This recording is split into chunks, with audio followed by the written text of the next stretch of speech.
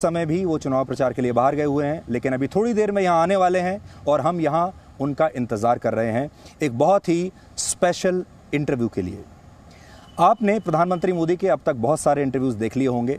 आपने उनका बाग बगीचे वाला इंटरव्यू देखा होगा, आपने उनका बनारस के घाट पर इंटरव्यू देखा होगा, आपने उनका स्टेडियम में इंटरव्यू देखा होगा, आपने उनका गैर राजनीतिक इंटरव्यू भी देखा होगा।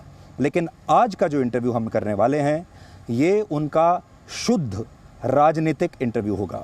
इसमें आप बैकग्राउंड पर मत जाइएगा, इसमें आप बैक टू बेसिक्स यानी बेसिक्स पर जाइएगा। इस बार हम बैकग्राउंड पर ध्यान नहीं देंगे, इस बार हम बेसिक्स पर ध्यान देंगे, यानी जो मूल मुद्दे हैं, जो मूल सवाल हैं, वो हम उनसे आज पूछने वाले हैं। और मूल सवाल क्या है, जब भी आप बाहर निकलते हैं, हम भी जब बाहर जाते हैं तो पूरा देश एक ही सवाल पूछ रहा है कि चुनाव के बाद कौन आएगा, क्या नरेंद्र मोदी वापस आएंगे या कोई और प्रधानमंत्री बनेगा। और आज यही सवाल लेकर हम प्रधानमंत्री मोदी से मिलने वाले हैं, उनका आकलन उनसे पूछेंगे। और आज का जो इंटरव्यू है ये दो मुद्दों पर, दो सवालों पर आधारित होगा। पहली स्थिति ये है कि प्रधानमंत्री मोदी अगर वापस आए प्रधानमंत्री के तौर पर तो क्या होगा, और अगर नरेंद्र मोदी वापस नहीं आए तो क्या होगा। सर नमस्कार। सुधीर जी, आपका बहुत बहुत स्वागत है। धन्यवाद भैया। और जी के दर्शकों को भी हमारा नमस्कार। जी के जो करोड़ों दर्शक हैं देश और विदेश में, वो आपको जी न्यूज़ पर देखना चाहते थे बहुत लंबे समय से। 2018 में आपने हमें एक इंटरव्यू दिया था और आज आपने फिर से समय निकाला, आपका बहुत बहुत शुक्रिया। धन्यवाद जी। जब आप चुनाव प्रचार में गए हुए थे बाहर, तो हम लोग तो थोड़ा पहले आ गए थे यहाँ। हाँ। तो सारे लोग बाहर पूरे देश में एक ही सवाल पूछते हैं कि चुनाव के बाद कौन आ रहा है। और आपके विरोधी ये सपना देख रहे हैं कि आप अपना बोरिया बिस्तर यहाँ से पैक कर रहे हैं। तो हम भी जब आए तो हम देख रहे थे कि शायद आपने कुछ पैकिंग वगैरह शुरू की, बोरिया बिस्तर आपका कहीं पैक होते हुए हमें दिख जाए। तो पहला सवाल यही है कि पैकिंग आपने शुरू की या अभी आप यहीं रहेंगे। और हमने तो ये भी सुना है कि आपने 100 दिन का एजेंडा भी अपना अगली सरकार का तैयार कर लिया है। विरोधी लोग क्या सोच रहे हैं मुझे मालूम नहीं है, उनको सपने देखने का पूरा हक है और अपने ख्वाबों में वो खोए रहे, तो इसके लिए मेरी शुभकामनाएं हैं। जहाँ तक चुनाव का सवाल है, मैं पूरे देश का भ्रमण कर चुका हूँ, कई राज्यों में अनेक बार जा चुका हूँ। और एक प्रकार से मैं कहूँ तो पिछले 5 साल में दफ्तर में कैद नहीं था। मेरी कार्यशैली ऐसी है कि मैं जनता में था जी। शायद ही कोई फ्राइडे सैटरडे संडे ऐसा होगा कि मैंने हिंदुस्तान के किसी न किसी कोने जा कर के जनता के बीच समय बिताया ना हो। तो एक प्रकार से मैं जीवंत संपर्क वाला व्यक्ति हूँ और उस सारे अनुभव के आधार पर मैं कह सकता हूँ जी कि देश की जनता मजबूत सरकार चाहती है जी। देश की जनता निर्णायक सरकार चाहती है। देश की जनता के मन में 2014 में एक क्यूरियोसिटी थी, वे है मोदी जी कौन है। ठीक है, गुजरात तो वैसे भी अच्छा राज्य है, तो क्या होगा, यहाँ क्या करेंगे। एक कौतुक जैसा भी था। लेकिन 2019 में उन्होंने मोदी को निकट से देखा है, जाना है, समझने का प्रयास किया है और सबसे ज़्यादा मेरा काम भी बोल रहा है जी। आमतौर पर सरकारें जो चली हमारे देश में, उनको लगता था कि कानून बना दिया तो उनका काम पूरा हो गया। लास्ट माइल डिलीवरी में ज़्यादातर वो राज्यों पर डिपेंड रहते थे। हमने राज्यों के साथ मिलकर के ग्रास रूट लेवल पर लास्ट माइल डिलीवरी पर बल दिया और जो लाभार्थी थे उनसे भी मैं बातें करता था। जैसे आयुष्मान भारत योजना जी, तो आयुष्मान भारत योजना के जो लाभार्थी हैं उनके साथ बैठता था, उससे मुझे पता चलता था क्या कमी है, क्या मुश्किल है, उसको हम करेक्ट करवाते थे। इन सारे अनुभवों के आधार पर मेरा पक्का विश्वास है, और ये सिर्फ टीवी के सामने बोल रहा हूँ इसलिए नहीं, मेरा पूरा पक्का विश्वास है कि देश की जनता ने 2019 में भारतीय जनता पार्टी को पहले से ज़्यादा सीट देने का तय किया है। भारतीय जनता पार्टी के साथी दल एनडीए के सभी दलों को भी ज़्यादा सीटें देना तय किया है।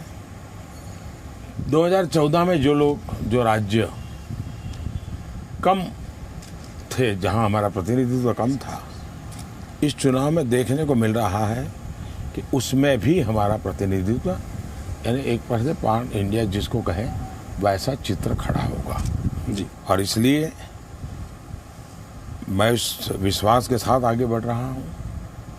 जहाँ तक बिस्तरा बोरिया का सवाल है, कोई मेरी एक्सपायरी डेट बोल रहा है, तो मैं तो हर चीज़ के लिए तैयार रहता हूँ।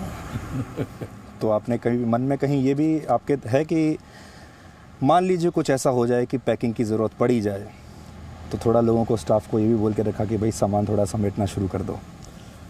एक तो जो लोग मुझे जानते हैं उनको मालूम है मेरी ज़िंदगी एक झोले में होती है जी। तो मुझे वो कोई समस्या नहीं है।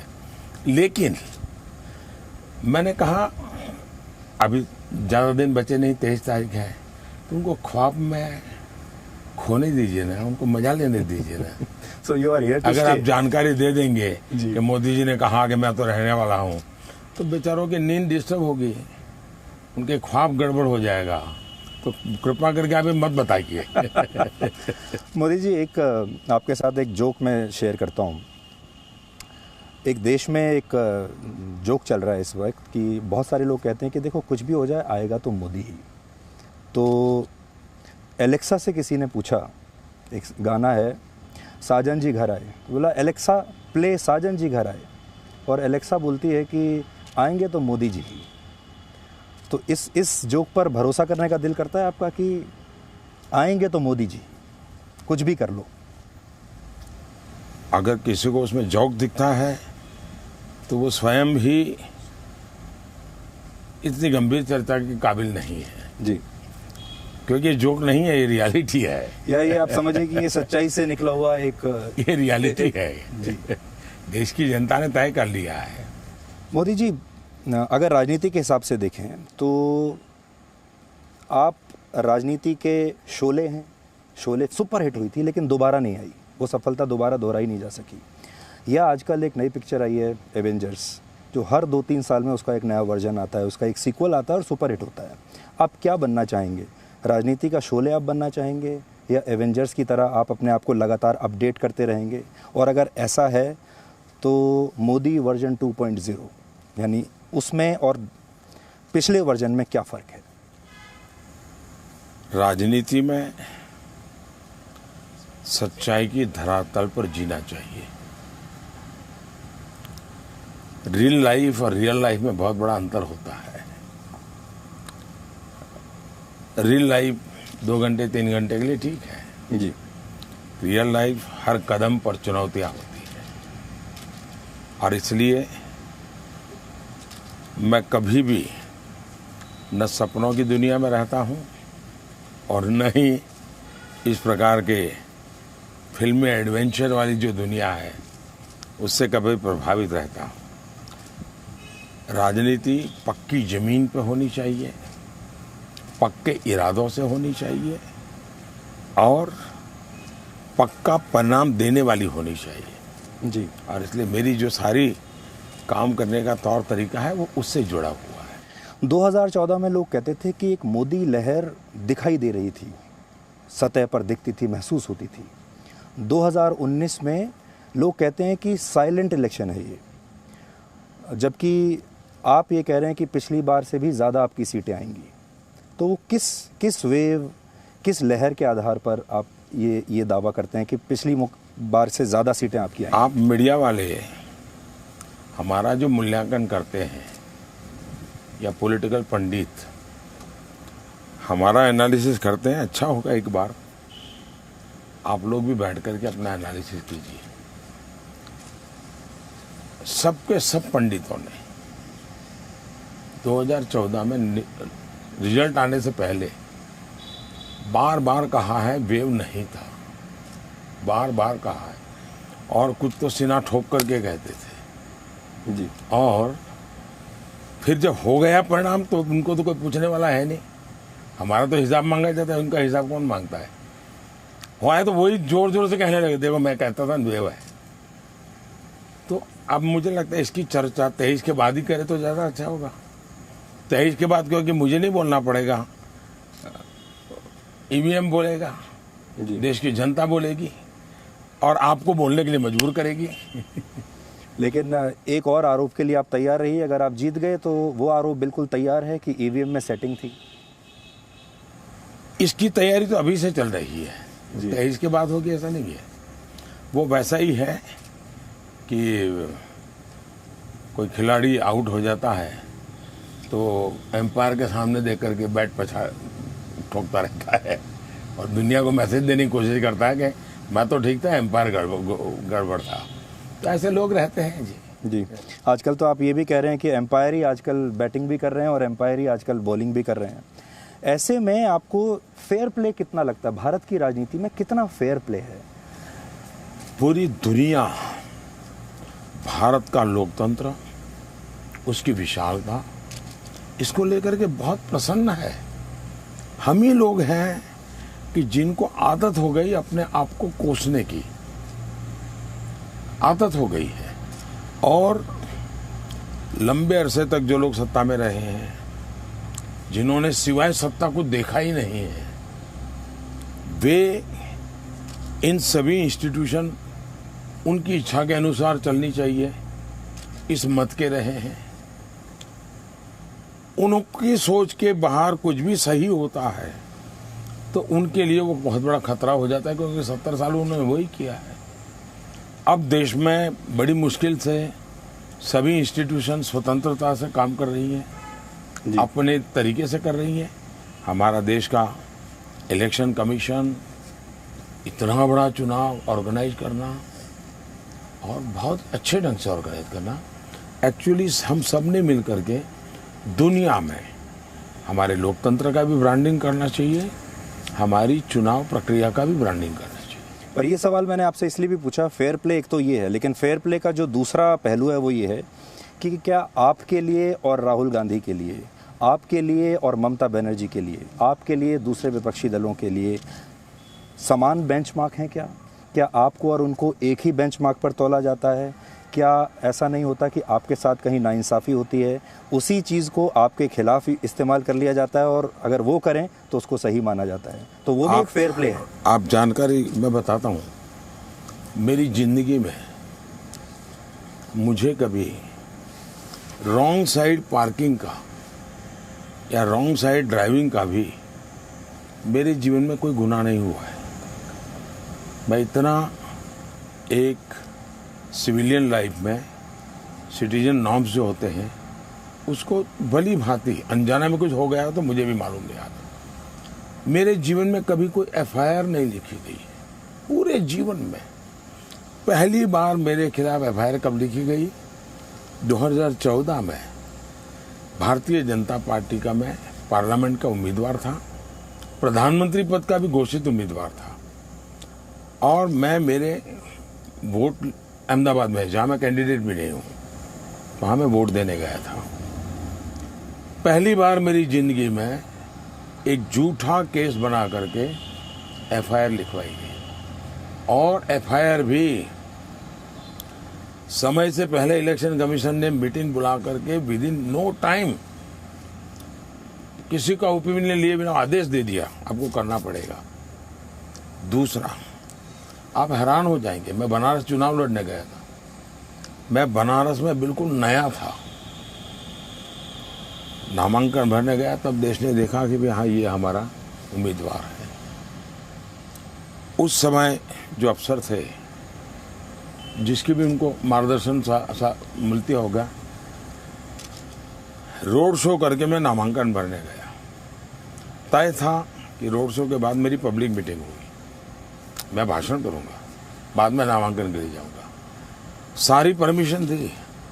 रोड शो पूरा होने के बाद जब पता चला तो हमारी परमिशन कैंसिल हो गई थी, भाषण नहीं हुआ मेरा। पूरा चुनाव में बार बार रिक्वेस्ट करता रहा कि मुझे मेरे मतदाताओं से अपनी बात बताने का मौका दीजिए। हाँ बिल्कुल आपको देते हैं, last moment cancel, last moment cancel. एक भी बार पब्लिक से मेरा नाता नहीं आया बनारस में 2014 में। फिर भी न मैंने कभी चिल्लाया, न आंसू बहा है, न इसके ऊपर आरोप किया, न उसके ऊपर आरोप किया। ये सवाल वैसे मैं आपसे बाद में पूछता, लेकिन अभी क्योंकि बातचीत इस पर हो रही है, आप कहते हैं आपके हिसाब से आप देश के सबसे शरीफ नेता हैं, और प्रियंका गांधी वाड्रा कल आपको दुर्योधन कह रही थी, सोनिया गांधी आपको कभी मौत का सौदागर कहती हैं, और जो प्रेम की जो डिक्शनरी है जिसमें और इतने अच्छे अच्छे शब्द आपके लिए प्रयोग किए गए, तो उसमें इतना विरोधाभास है। एक तरफ आपकी जो छवि है, आप जो बता रहे हैं बिल्कुल शरीफ नेता, और दूसरी तरफ वो आपको ऐसे प्रोजेक्ट करते हैं कि आपसे खतरनाक इस देश के लिए कोई हो नहीं सकता। ये तो उनको पूछना चाहिए कि भाई आप ऐसा क्यों करते हो, क्यों इस प्रकार की भाषा का प्रयोग करते हो। और प्रेम का नकाब पहन करके किया जाता है, प्रेम वर्षा। अब प्रेम वर्षा में ये चीजें होती हैं, वो तो मैं पहली बार अनुभव कर रहा हूँ। नहीं, वो आपको गले भी लगाना चाहते हैं, उनके हृदय में आपके लिए बहुत प्रेम भी है, और फिर ये शब्द भी है। और है कि वो जरूरी है दिखावे के लिए, और रियल में ये है जो हो रहा है, ये तय करना चाहिए आप लोगों ने। जी मोदी जी, हमने आपके इंटरव्यू तो बहुत सारे देखे, आपका बगीचे वाला भी इंटरव्यू हमने देखा, फिर हमने बनारस में घाट पर इंटरव्यू देखा, फिर स्टेडियम में इंटरव्यू देखा, पर आज और गैर राजनीतिक इंटरव्यू भी आपका देखा हमने। तो आज हमने ये सोचा कि आज शुद्ध राजनीतिक इंटरव्यू करते हैं। तो अब हम ये सोच रहे थे कि वापस कमरे में चलते हैं और वहाँ बैठते हैं, चलिए, और फिर आपके साथ शुद्ध राजनीतिक बातें करेंगे। इस बार के चुनाव की एक और ख़ास बात यह है कि लोग कहते हैं ये मुद्दा रहित चुनाव है, मुद्दा है ही नहीं, और मुद्दा सिर्फ एक ही है, वो है मोदी। मुझे जो याद पड़ता है वो ये है कि एक बार और ऐसा हुआ था, यानी जब नेता कोई बहुत शक्तिशाली हो जाता है तब सारा विपक्ष एक साथ उसके खिलाफ आ जाता है, जैसे 1977 में हुआ था। इंदिरा गांधी बहुत शक्तिशाली नेता के तौर पर उस समय उभरी थी, और जनता पार्टी में सब लोग एक साथ सामने आ गए थे। इस बार भी ऐसा लगता है कि एक ही मुद्दा है, और वो है मोदी, और कोई मुद्दा नहीं है। चुनाव को अगर आप राजनीतिक दल, नेताओं के भाषण और टीवी की टीआरपी इसी के तराजू से तोलोगे तो आप जो कह रहे हैं वैसी छवि बनना का प्रयास चल रहा है। लेकिन अगर आप मतदाताओं के संदर्भ में चुनाव को देखोगे तो आपका अनुमान सही नहीं है। देश के मतदाता को पूरी समझ है कौन देश के लिए काम करता है, कौन खजाने के पाई पाई का उपयोग देश की भलाई के लिए करता है, कौन अपने समय का सदुपयोग सिर्फ देश के वासियों के लिए करता है। और सामान्य मानवीय को इन चीज़ों का बहुत बड़ी अपील है। उसको लगता है कि भाई हाँ, बड़े अरसे के बाद पता चल रहा है कि देश में कोई प्रधानमंत्री भी होता है। आपने विपक्षी दलों को इतना ज़बरदस्त तरीके से जो एकजुट कर दिया, ऐसे क्या हालात देश में पैदा हो गए कि इतनी एकता विपक्षी दलों के अंदर आ गई, जो मैं जैसे बता रहा था कि जैसे पहले एक बार हुआ, आपका नाम और आप इतना बड़ा मुद्दा कैसे बन गए? मुझे खुशी होती अगर देश का विपक्ष एक होता। हकीकत यह है कि एक नहीं हुई है, कंफ्यूजन के सिवा कुछ नहीं है। लेकिन ये शब्द इसलिए पकड़ के रखा है क्योंकि वो मतदाताओं को कंफ्यूज करना चाहते हैं। रियलिटी ये है, इसका मतलब ये नहीं कि उन्होंने कोशिश नहीं की, कोशिश की। वो भी कन्विंस है कि ये मोदी नाम की जो वेव चल रही है उसमें बचना है तो एक दूसरे के हाथ पकड़ने पड़ेंगे। लेकिन स्वभाव से वे एक दूसरे के विरोधी हैं, हर कोई एक दूसरे को गिराना चाहता है, इसलिए वो एक नहीं हो पा रहे हैं। और देश की जनता को भली भांति चित्र दिखाए भी। अब आप कल्पना कीजिए, एक साल पहले कांग्रेस और सपा ने समझौता किया और आज कांग्रेस वहां वोट कटाव के रूप में उभर करके आ गई। इन्होंने यहां दिल्ली में समझौते के लिए आकाश पाताल एक कर दिया, समझौता नहीं हुआ। दोनों तरफ से कोशिश चलती रही, समझौता हो, ऑफरें चली गई, सब भेजा गया, नहीं हुआ। कोई स्वीकारने को तैयार नहीं है जी। आजकल चुनाव प्रचार में प्रेम की जो डिक्शनरी है उसको लेकर सब लोग बहुत बातचीत कर रहे हैं। वो प्रेम की डिक्शनरी असल में वो है जिसमें अपशब्द भरे हुए हैं, गालियां भरी हुई हैं। और प्रधानमंत्री मोदी के लिए इस बार कुछ ज़रूरत से ज़्यादा ही अपशब्दों का प्रयोग हुआ है। यहाँ तक कि कई ऐसे शब्दों का प्रयोग हुआ है जो कि किसी प्रधानमंत्री के लिए बिल्कुल नहीं होना चाहिए। लेकिन जब मोदी जी वो सारी गालियाँ सुनते हैं, वो सारे अपशब्द सुनते हैं अपने बारे में, उन्हें कैसा लगता है? घर तो लौटते होंगे, घर लौटकर जब उनके बारे में देखते होंगे, सुनते होंगे, वो बातें उनके कानों में गूंजती होंगी, क्या प्रभाव होता है उनका मोदी जी के मन पर? यह सवाल है इस ब्रेक के बाद। चोर आपको कहा गया, नीच कहा गया, भस्मासुर, मौत का सौदागर, दुर्योधन। आप शायद भारत के पहले प्रधानमंत्री होंगे जिसके बारे में इतने ज्यादा अपशब्द कहे गए। कभी दुख पहुंचता है आपको, चोट पहुंचती है जब अकेले होते हैं आप? मैं इंसान हूं, दर्द मुझे भी होता है, लेकिन मेरी कुछ जिम्मेवारियां हैं, इसलिए उस दर्द को पी जाता हूं। और ये आज से नहीं, पिछले 20 साल से पीता आया।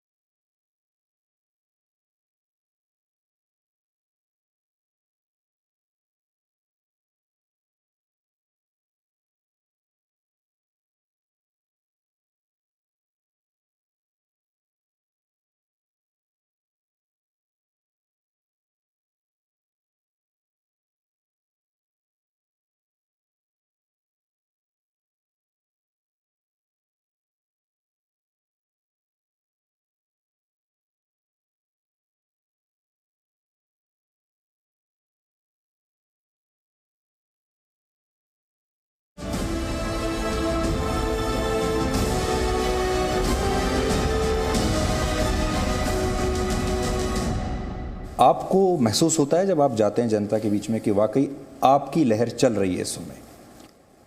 जब आप आपकी कर रहे हैं या नरेंद्र मोदी को बीच में फिट करके कह रहे हो, ये प्रो इनकम्बेंसी व्यू है। एक जो वर्तमान में सरकार है, उस सरकार के समर्थन में जन सामान्य, और ये चुनाव 2014 का चुनाव तो सरकार के खिलाफ था। 2014 का चुनाव मोदी स्वयं भी लड़ रहे थे। ये चुनाव ऐसा है जो न मेरी पार्टी लड़ती है, न मैं लड़ता हूँ, देश की जनता लड़ती है। हमसे जनता 10 कदम आगे है। 2014 में आपका जो वोटों की जो संख्या थी वो बहुत बड़ी थी। 7 करोड़ 84 लाख से 17 करोड़ 16 लाख चली गई थी और 18.8% से 31% तक चली गई। ज़बरदस्त जंप था। इस बार आपको ऐसा लगता है कि 17 करोड़ से इस बार 27 करोड़ मत चले जाएंगे? मुझे लगता है कि इन सारी चीज़ों को काउंटिंग के बाद सोचना चाहिए। मैं अलग तरीके से इस चीज़ को आपको आपके माध्यम से दर्शकों को समझाता हूँ। भारतीय जनता पार्टी के आज सिटिंग एमपी है, उससे ज़्यादा हमारी विक्ट्री होगी। पिछली बार से ज़्यादा वोटों से विक्ट्री होगी। एनडीए के हमारे जितने साथी हैं उनका भी टैली बढ़ेगा, उनकी संख्या भी बढ़ेगी, उनका मार्जिन भी बढ़ेगा। देश के कई भागों में हमारी उपस्थिति थी, उसमें भी अब संतुलित हमें परिणाम मिलेगा। एक प्रकार से हिंदुस्तान के हर कोने में होंगे और हम पहले से ज़्यादा नंबर में भी होंगे, पहले से ज़्यादा वोट संख्या में भी होंगे। अब मैं उल्टा सवाल आपसे पूछता हूँ और इसको आप पत्रकार के सब सवाल उल्टे ही होते हैं, कभी सीधे हो ही नहीं सकते। तो मेरा ये सवाल पूछने का मन है आपसे कि मान लीजिए 272 से कम सीटें रह गई, तब आपका प्लान बी क्या है? पहली बात है कि सरासर ये सवाल अगर ये कोई रिकॉर्डिंग रख के रखेगा और भविष्य में किसी और टीवी की दुनिया में आपका इंटरव्यू होगा तो वो सामने दिखाएगा कि आपने तो 272 से भी कम सोचा था और मोदी तो काफ़ी आगे निकल गए, तो आप जर्नलिज्म में कहाँ खड़े हो? मैं ये रिस्क लेके तो आपकी मुसीबत आ जाएगी जी। आपको, मैं नहीं चाहता हूँ ये संकट आपको झेलना पड़े, इसलिए ये बिल्कुल बेफुजुल क्वेश्चन है। बीजेपी पूर्ण बहुमत से जीती थी, पूर्ण बहुमत से जीती हुई बीजेपी इस बार उससे भी ज़्यादा सीट लाने वाली है। बीजेपी और एनडीए बहुत बड़ी मात्रा में हमारा विजय था, एनडीए की संख्या बढ़ने वाली है और इसलिए plan A B C D E F G H, जहाँ तक आपको जाना है जाइए, एक ही है। 23 तारीख को रिजल्ट आएगा, एनडीए की मीटिंग होगी, लीडरशिप की विधि पूरी हो जाएगी और राष्ट्रपति जी शपथ विधि की बुलाएंगे। और इसलिए आप अपनी टीम को भी इस शपथ समारोह को कैसे कवर करना और ग्लोबली कैसे कवर करना, उसकी योजना में लग जाइए जी। यानी आपकी शपथ से पहले ये आपका पहला इंटरव्यू है, इसको हम ऐसे करके ब्रांड कर सकते हैं। आप इसका जैसा उपयोग करना है, छूट है, पत्रकार को हर चीज छूट होती है। लेकिन आप ये मान के चल रहे हैं कि आप 7 लोक कल्याण मार्ग में अभी कुछ साल के लिए परमानेंट रेजिडेंट हैं, अभी कोई हटा नहीं सकता। देश की जनता ने मेरे लिए यही काम तय किया है और देश की जनता ने मेरे लिए जो काम तय किया है मुझे पूरी निष्ठा के साथ पूरा करना है। बाहर बहुत सारे लोग जो आपको बहुत पसंद नहीं करते, वो इस तरह की चर्चाएं करते हैं कि मान लीजिए गठबंधन की सरकार आई और आपको अतिरिक्त सीटों की ज़रूरत पड़ गई, तो गठबंधन की सरकार का मतलब है कमज़ोर मोदी, और कमज़ोर मोदी बहुत सारे लोगों को सूट करता है इस देश के अंदर। तो लोग ये भी सपना देख रहे हैं कि मान लीजिए पूरा बोरिया बिस्तर ना सही, लेकिन कुछ ऐसी स्थिति पैदा हो जाए कि आपको 50-100 सीटें बाहर से लेनी पड़ जाएं और फिर वो आपका असली टेस्ट होगा, वो आपकी असली परीक्षा होगी। मैं फिर कहता हूँ, भारतीय जनता पार्टी पूर्ण बहुमत के साथ फिर से आ रही है। एनडीए के साथ ही पहले से ज़्यादा संख्या में जीत करके सब लोग आ रहे हैं। पहले से और अधिक मजबूत सरकार बनने वाली है। 5 साल का अनुभव अब के काम में दिखने वाला है, वो एक नई ताकत जुड़ने वाली है। और इसलिए देश के लिए अच्छा सोचिए, देश की जनता की समझदारी पर भरोसा कीजिए। ये कुछ पहले अपने अच्छा वो प्रश्न के शुरू में कह दिया कि मेरे विरोधी कुछ ऐसा करते हैं, अब वो उनके लिए यही तो दाना पानी है जी, उनको जीने दीजिए ना। इस बार का चुनाव प्रचार इस बात के लिए भी जाना जाएगा कि जो इक्वेशन आपके और ममता बनर्जी के बीच में इस बार दिखाई दी, वो काफ़ी उसमें कड़वाहट देखने को मिली। जब उनके भाषण सुनते हैं तो बहुत कड़वाहट है आपके लिए। आपका फ़ोन भी उन्होंने लिया नहीं जब आपने साइक्लोन के लिए उनसे बात करने की कोशिश की। ये ममता बनर्जी के साथ ही आपकी क्या समस्या है? अच्छा होगा कि आप ममता बनर्जी का, अब जिन जिन लोगों के साथ उन्होंने काम किया उन सबका हिसाब लगा लीजिए। ममता बनर्जी है। क्या भारत का संविधान ये कहने की अनुमति देता है क्या कि मैं फलाने को मेरा प्रधानमंत्री मानने को तैयार नहीं हूं?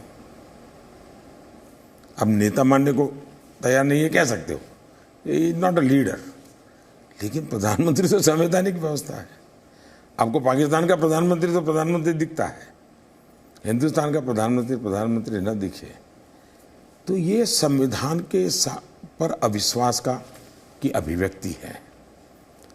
आप किसी राज्य के मुख्यमंत्री को अपने यहाँ हेलीकॉप्टर लैंड न करने दे, आप हैरान हो जाएंगे। मेरी कल सभाएं हैं 2 बंगाल में। कल शाम तक मेरी सभा की परमिशन नहीं दी गई। पब्लिक मीटिंग है, अब मेरे कार्यकर्ता टेंट कहाँ बांधेंगे, पंडाल कैसे लगाएंगे, नहीं दी उन्होंने। इलेक्शन कमीशन के सामने हमारे लोगों को जाकर के बहुत बड़ा प्रदर्शन करना पड़ा, तब जाकर के कल रात को 9 बजे परमिशन मिली है। दूसरा क्या करते हैं, जहाँ भी हमारी पब्लिक मीटिंग होती है, मेरी और मेरे और साथियों की, उसके 200 किलोमीटर के रेडियस में ये जो माइक वाले होते हैं या कुर्सियाँ किराए पर देते हैं या टेंट लगाते हैं, उन पर वहाँ उनकी अफसर जाकर के परेशान करते हैं कि ये सभा है, आपका सामान जाएगा तो आप यहाँ रह नहीं पाओगे। तो हमारे लोगों को 200-300 किलोमीटर दूर से मटेरियल लाना पड़ता है, तो वो भी हमारे सामने दिक्कत है। मुझे प्रॉब्लम जी ममता जी या टीएमसी नहीं है, बंगाल की बर्बादी बहुत गंभीर समस्या पैदा करेगी, देश के लिए बहुत बड़ा खतरा पैदा करेगी। और इसलिए मैं मानता हूं कि बहुत गंभीरता से सोचना पड़ेगा देश को। ये देश के संविधान के सामने खतरा है। इस प्रकार की सोच, इस प्रकार के व्यक्तित्व, ये सामान्य चीजें नहीं है जी। आप लोगों के दिमाग में चुनाव भरा पड़ा, इसके कारण इतनी बड़ी देश की बर्बादी, उसको आपने चुनाव में समेट करके और मोदी और उसके साथ जोड़ करके देख रहे हो। बहुत नुकसान हो रहा है देश का। चुनाव ही नहीं, आप देखिए साइक्लोन आया उड़ीसा में, और हमने उसी एक साइक्लोन पर 2 अलग अलग मुख्यमंत्रियों को देखा। नवीन पटनायक को देखा, उनकी आपके साथ इक्वेशन देखी, कैसे उन्होंने आपके साथ वो गए, दौरा किया उन्होंने, और ममता बनर्जी को देखा। यानी एक साइक्लोन और 2 अलग अलग मुख्यमंत्रियों के अलग अलग रुख उस पर। तो संघीय ढांचा है भारत, ऐसे में एक प्रधानमंत्री के लिए काम करना बहुत मुश्किल हो जाएगा। ये अगर हमारे देश में यहाँ जो अपने आप को बड़ा विद्वान मानते हैं, जो आप बोल रहे हैं, उतनी गंभीरता से सोचेंगे, चर्चा करेंगे तो देश का भला होगा, लेकिन नहीं करते हैं जी। उनके दिमाग में चुनाव और व्यक्तित्व और अहंकार, ये बिल्कुल प्योरली संवैधानिक इश्यू है जी। फेडरल स्ट्रक्चर में हर एक की अपनी ड्यूटी तय है, आप इस ड्यूटी का पालन नहीं कर रहे। मेरी बात छोड़ दीजिए, उनके चीफ सेक्रेटरी ने, गवर्नर ने उनसे मांगा कि भाई क्या क्या स्थिति है, रिपोर्ट कीजिए। मेरे पास गवर्नर की चिट्ठी है, उसमें उन्होंने लिखा है, चिट्ठी लिख रहा हूँ, उसके 4 बजे तक मुझे स्टेट गवर्नमेंट ने कोई रिपोर्ट नहीं दी है, बताइए। और नेचुरल कैलेमिटी में अब ये बंगाल के लोगों को भी सोचना पड़ेगा, और दिल्ली में आप जैसे लोग अपने आप को, या जो लुटियन पंडित हैं उनकी बात है, सोचे तो भाई देश कहाँ ले जाओगे ऐसा करके। ये सही है कि आपने फ़ोन किया था ममता बनर्जी को और उन्होंने उठाया नहीं या जवाब नहीं दिया? आपको शक है क्या? मैं झूठ बोलूँगा क्या? नहीं नहीं, मैं तो आपसे कंफर्म कर रहा हूं कि ऐसा ये बहुत बड़ी बात है कि प्रधानमंत्री फोन करे और मुख्यमंत्री जवाब न दे। मेरे लिए वो, मैं ऐसी चीज इश्यू नहीं बनाता हूं। ये भी क्यों हुआ, ये बाहर क्यों आया? उनके यहां से ट्वीट हुआ, उनके एक नेता के द्वारा। ट्वीट क्या था कि मोदी ने फेडरल स्ट्रक्चर की अवमानना की है, क्योंकि मोदी ने गवर्नर के साथ बात की, मुख्यमंत्री से नहीं की। क्योंकि मैंने नवीन बाबू से बात की, उड़ीसा के गवर्नर से बात की, यहाँ के मुख्यमंत्री को फ़ोन लगाया, यहाँ के गवर्नर को लगाया, गवर्नर से बात हो गई, 3 के नाम का मैंने ट्वीट किया, चौथे से हुई नहीं थी, मैं कैसे करूँगा? उसको उन्होंने बताया कि मोदी ने जानबूझ के मुख्यमंत्री को साइड ट्रैक किया है। तब जाकर के मुझे पब्लिक में जाकर के कहना पड़ा, सरकार की तरफ से बयान गया कि भाई सही नहीं है, प्रधानमंत्री ने इतनी बार ट्राई किया था। हम गवर्नेंस पर बात कर ही रहे हैं और आप चुनाव के बारे में जो कह रहे हैं, ठीक है, चुनाव से मैं थोड़ी देर के लिए बाहर निकलता हूं। हमने ये भी सुना कि आपने अगली सरकार के लिए 100 दिन का एजेंडा भी सेट कर लिया है। पिछली बार भी जब आप आए थे तो आपने 100 दिन का एजेंडा सेट किया था, फिर प्रेस कॉन्फ्रेंस की थी, सबने बताया था कि 100 दिन में क्या क्या किया। इस बार का एजेंडा पिछली बार से कुछ अलग होगा? इस बार आपने कुछ नया सोचा है? एक तो पिछली बार ऐसा मैं नहीं कर पाया था, धीरे धीरे करके इवॉल्व हुआ था, क्योंकि मैं यहाँ की ज्योग्राफी नहीं जानता था, यहाँ की कोई गतिविधि, मैं सब कुछ, मुझे हर चीज़ सीखनी थी। तो शुरू का मेरा काफ़ी समय से सीखने में गया, और मैं कोई ऐसी गलती मेरे से ना हो जाए जिससे देश को कोई नुकसान हो जाए, इसलिए मैं थोड़ा ओवर कॉन्शियस था। तो मेरे निर्णयों में भी समय लगता था शुरू के दिनों में। आज वो स्थिति नहीं है, आज तो सब चीज़ें मेरी उंगली पर है कि ये होगा, ये होगा, ये होगा। लेकिन सरकार को आदत बनी रहनी चाहिए कंटिन्यूटी की, क्योंकि एक प्रकार से इलेक्शन पीरियड है, बाबू के लिए वैकेशन का समय होता है, और मैं किसी को वैकेशन लेने नहीं देता हूँ। तो मैं उनको आगे के काम बता के रखता हूँ तो कई काम बता देता हूँ मैं। 4 चरण के बाद आपने राजीव गांधी का जिक्र चुनाव प्रचार में किया और वो अचानक से बहुत बड़ी हेडलाइन बन गया। कांग्रेस पार्टी बहुत आहत हो गई, इमोशनल हो गई उसको लेकर, और ये कहा गया कि एक मरे हुए आदमी को आप वापस चुनाव प्रचार में आप लेकर आ गए और उसको भ्रष्टाचारी नंबर 1 आपने कह दिया। इसके पीछे आपके मुंह से ऐसे ही निकल गया भाषण देते हुए, या आपने सोचा था कि मैं लोगों के सामने राजीव गांधी के बारे में ये बात करूंगा? मैंने ये मेरी सभा में बोला है कि जब इंटरव्यू में कहा गया नामदार की तरफ से जी कि हमारी सोची समझी रणनीति है कि हम प्रधानमंत्री की छवि को धूमिल कर देंगे, दैट इज अवर एजेंडा, ये उन्होंने कहा है। और इसके लिए झूठ का सहारा लेकर के उन्होंने खेल खेला है, लगातार झूठ बोल रहे हैं, मेरे लिए अपशब्द था। ये जब मैंने पढ़ा तो मेरी पब्लिक मीटिंग में मैंने कहा है कि आपने इस तरह की राजनीति की और मेरी छवि धूमिल करने के लिए आप इस प्रकार की षड्यंत्रकारी चीजें की हैं। मैंने कहा कि मैं, किसी ने मेरी छवि बनाई नहीं है।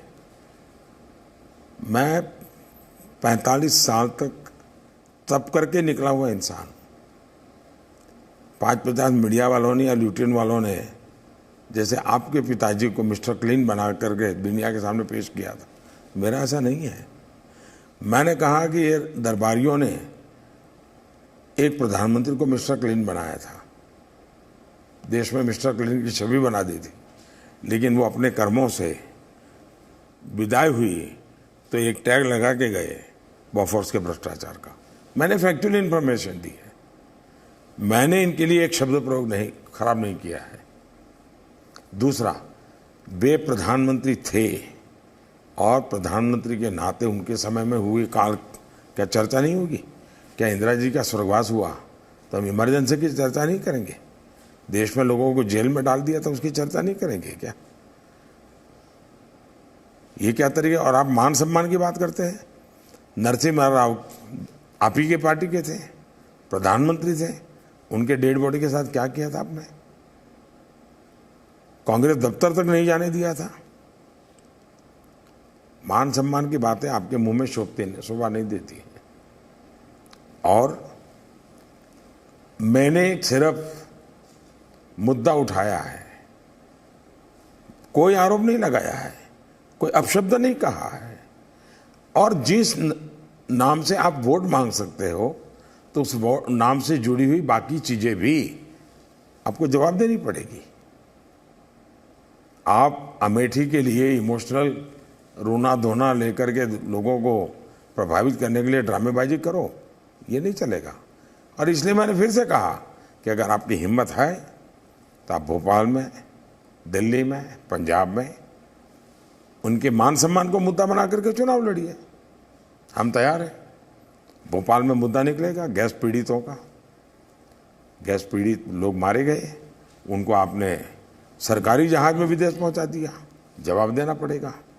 आपको शाहबानू का जवाब देना पड़ेगा कि आपने भारत के सुप्रीम कोर्ट के निर्णय को बिल्कुल उलट कर दिया, इंस्टीट्यूशन का अपमान किया, आपको जवाब देना पड़ेगा।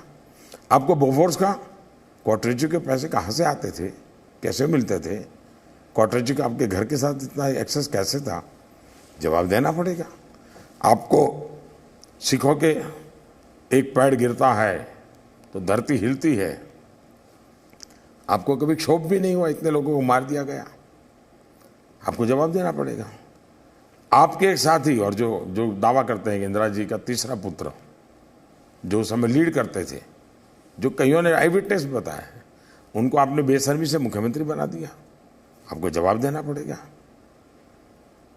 तो इन सारे सवालों के जवाब देने पड़ेंगे अगर आप उनकी लीगेसी से वोट मांगते हो तो।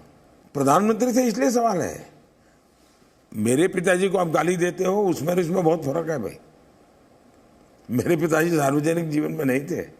थोड़ी देर पहले आपने कहा कि आप भी हम लोगों की तरह ही हैं और आप आम इंसान की तरह जीते हैं और आपका मन भी आम इंसान जैसा ही है, लेकिन जो शब्दों का प्रयोग आपके लिए हुआ इस चुनाव प्रचार में तो बहुत हुआ, पहले भी हुआ। चोर आपको कहा गया, नीच कहा गया, भस्मासुर, मौत का सौदागर, दुर्योधन। आप शायद भारत के पहले प्रधानमंत्री होंगे जिसके बारे में इतने ज़्यादा अपशब्द कहे गए।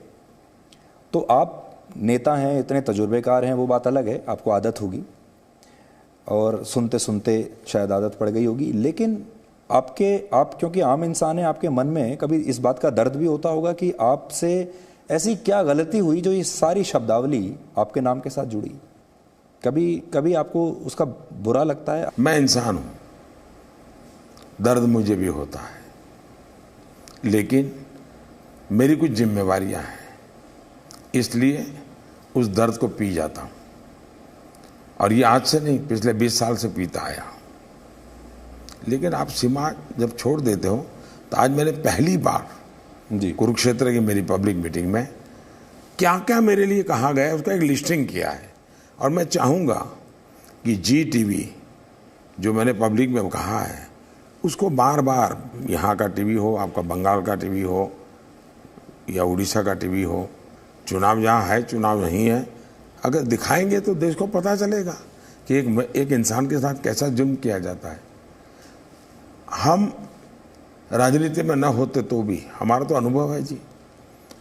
हम जैसे लोग, और मैं अकेला नहीं हूँ, करोड़ों लोग हैं, हम जिस गरीबी से निकलते हैं, हम जिस पिछड़ेपन से निकलते हैं, तो हमने डगर डगर अपमान सहे हैं जी।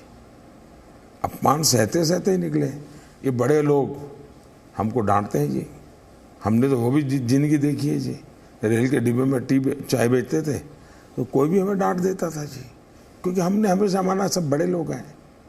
आज भी हमको सब लोग डांटते हैं, गालियाँ देते हैं, भद्दे भले भले हुए शब्द कहते हैं।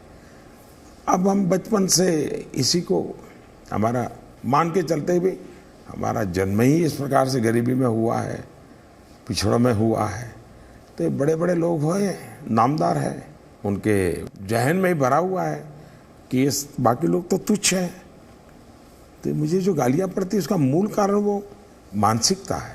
जब आप घर आते हैं ये सब बातें सुनकर, अपने घर में आके टीवी देखते होंगे, सोशल मीडिया पर देखते होंगे, कभी दुख पहुंचता है आपको, चोट पहुंचती है जब अकेले होते हैं आप, तब कभी आप सोचते हैं इस बारे में? हम देश और समाज के लिए काम कर पा रहे हैं, करते हैं, उसका कारण हम संवेदनशील है। हमारी प्रेरणा ही हमारी संवेदना है। हमारी प्रेरणा पद प्रतिष्ठा नहीं है, दर्द है। उस भावनाओं से भरे हुए हम इंसान हैं। तो आहत तो होते हैं, लेकिन जिम्मेवारियों का ख्याल है, इसलिए उस दर्द को, उस पीड़ा को खुद के तक सीमित रखते हैं। किसी पर भी उसको बाहर प्रकट नहीं होने देना चाहिए, क्योंकि मेरा दायित्व ऐसा है। जी, ये सवाल इसलिए आपसे पूछ रहा हूँ क्योंकि बाहर के लोगों के लिए आपकी जो छवि है बड़ी कड़क छवि है कि आपको, मोदी को दर्द नहीं होता, यू आर वेरी स्ट्रांग। तो बहुत सारे लोग ये भी जानना चाहते होंगे कि आपके अंदर जो एक आम इंसान छिपा हुआ है वो कैसा है? एक जो सीमित वर्ग है जिसने ये छवि बनाना तय किया है, ये उस टोली के इर्द गिर्द है। सामान्य मानवी मेरे जीवन की बहुत सी बातें जानता है, बहुत सी बातें जानता है, और उसको पूरा पता होता है, नहीं भाई ये मोदी जी ने देखो ऐसा किया, इसलिए ये कोई विश्वास नहीं करेगा जी। जैसा मैंने इंटरव्यू के शुरू में कहा था कि प्रधानमंत्री के इंटरव्यू तो आपने बहुत सारे देखे होंगे, बाग बगीचे वाले देखे होंगे, बनारस के घाट वाले देखे होंगे, स्टेडियम वाले देखे होंगे, और गैर राजनीतिक इंटरव्यू भी आपने देखा होगा। इस बार उनका शुद्ध राजनीतिक इंटरव्यू इस समय चल रहा है। एक छोटा सा ब्रेक ले लेते हैं और ब्रेक के बाद ये शुद्ध राजनीतिक इंटरव्यू जारी रहेगा। युद्ध किसी भी समस्या का समाधान नहीं है, ये मेरा वैचारिक अधिष्ठान है, लेकिन शांति निर्बल लोगों के नसीब नहीं होती है।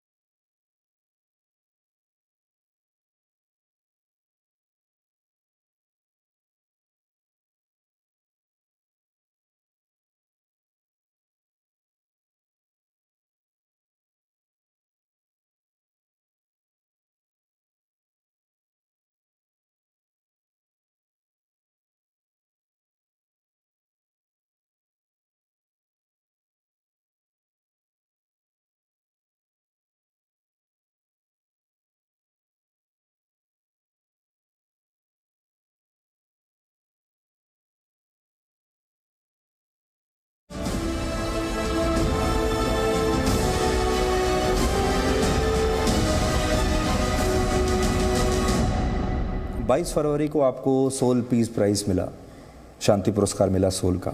4 दिन बाद बालाकोट की एयर स्ट्राइक हो गई।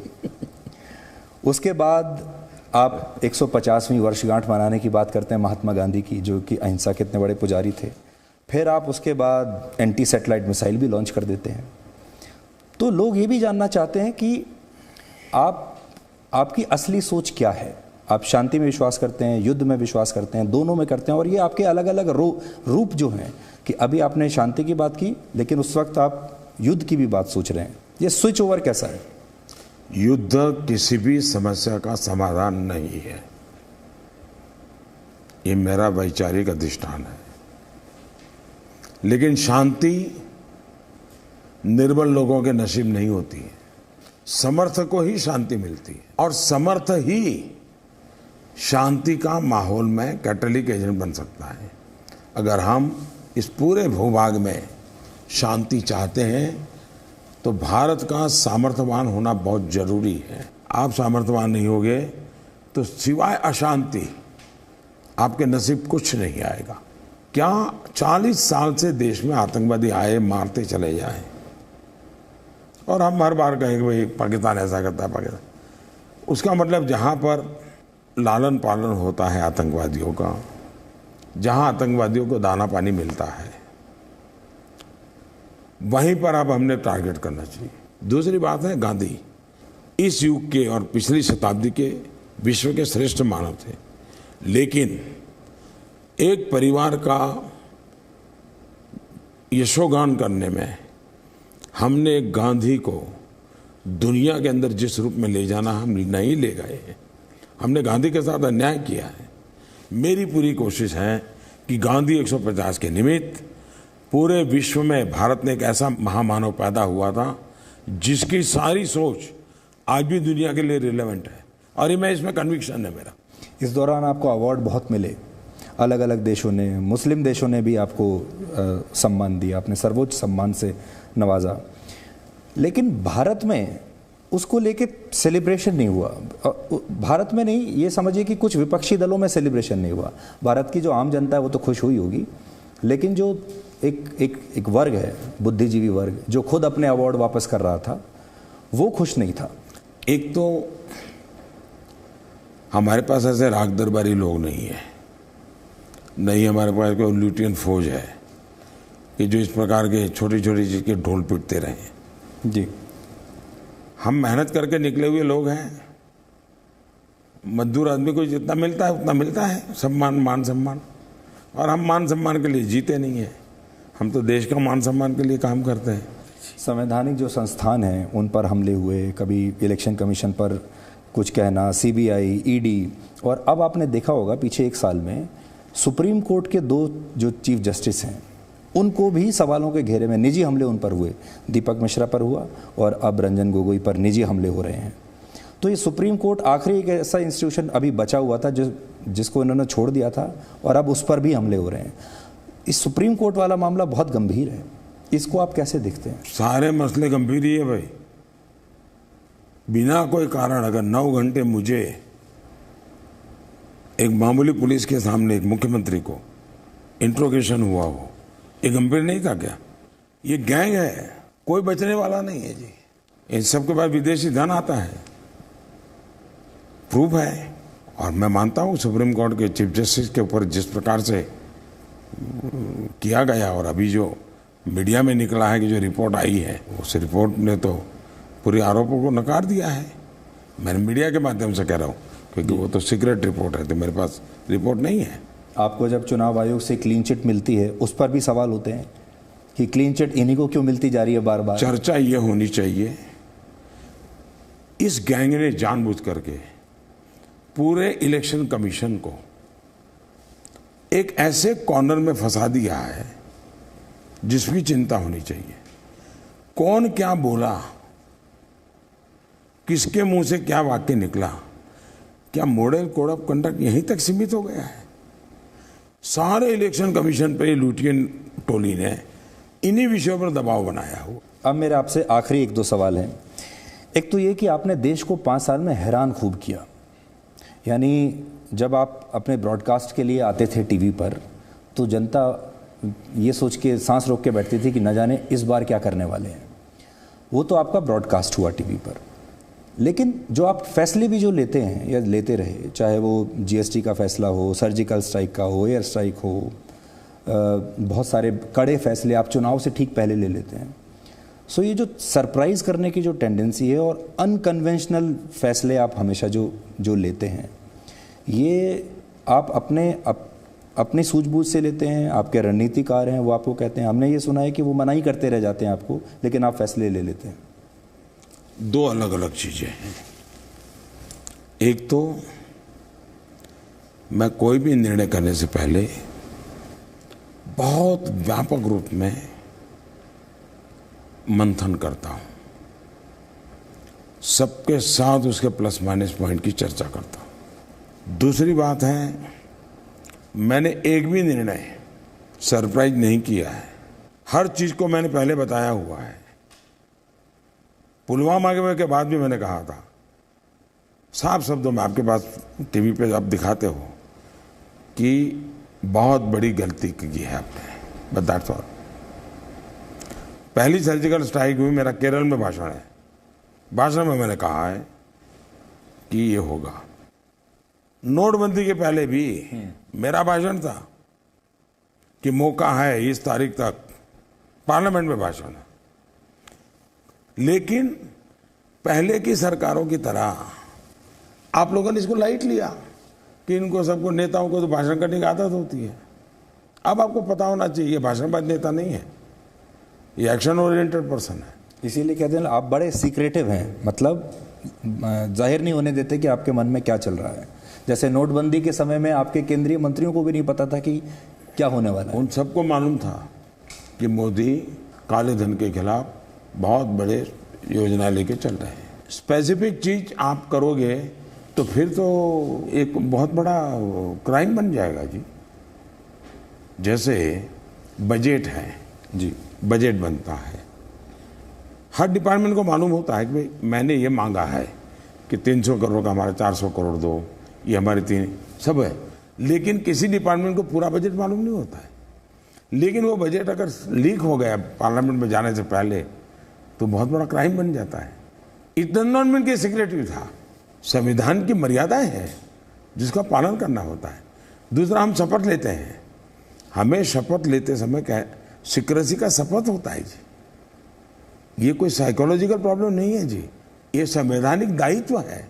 अगला टर्म, जैसा आप कह रहे हैं कि अगला टर्म आएगा आपका, अगला टर्म इस टर्म से कैसे अलग होने वाला है? क्या आपने सोचा है कि उस बार आप बिल्कुल एक अलग तरीके से, एक अलग टेंजेंट पे जाके काम करेंगे? कुछ अनफिनिश्ड जो आपके टास्क हैं? पहली बात, 2014 में मैं बहुत नया था। आज मेरे पास 5 साल का अनुभव है। 5 साल में मैंने चीज़ों को काफ़ी आगे बढ़ाया है। अब मुझे उसको आखिरी नतीजे तक ले जाना है, लेकिन मैं निरंतर गति बढ़ाते जाना चाहूँगा। और अब मेरे दिमाग में साफ है, अब हिंदुस्तान ने ग्लोबल प्लेयर के रूप में ही अपने आप को तैयार करना चाहिए। मीडिया से मुझे लगता है आपको भी काफ़ी शिकायत है इस बात को लेकर कि जब आप विकास की बात करते हैं तो हेडलाइन, आप अपने भाषण में विकास भी कहते होंगे, लेकिन जब दूसरी बात करते हैं वो ज़्यादा कवर होती है। खैर, शिकायत नहीं है। मुझे मालूम है कोई डॉक्टर मरीज को लेकर शिकायत करेगा क्या? उसका रोज का काम है। वैसे मेरे प्रोफेशन में मुझे मालूम है कि मुझे आप लोगों के साथ गुजारा करना है, शिकायत क्यों करूँगा। Modi ji, thank you so much for बहुत बहुत धन्यवाद टाइम। और आप और मीडिया को एग्जिस्ट करेंगे अगले 5 साल में। Thank you so much sir. Thank you so much. Thank you.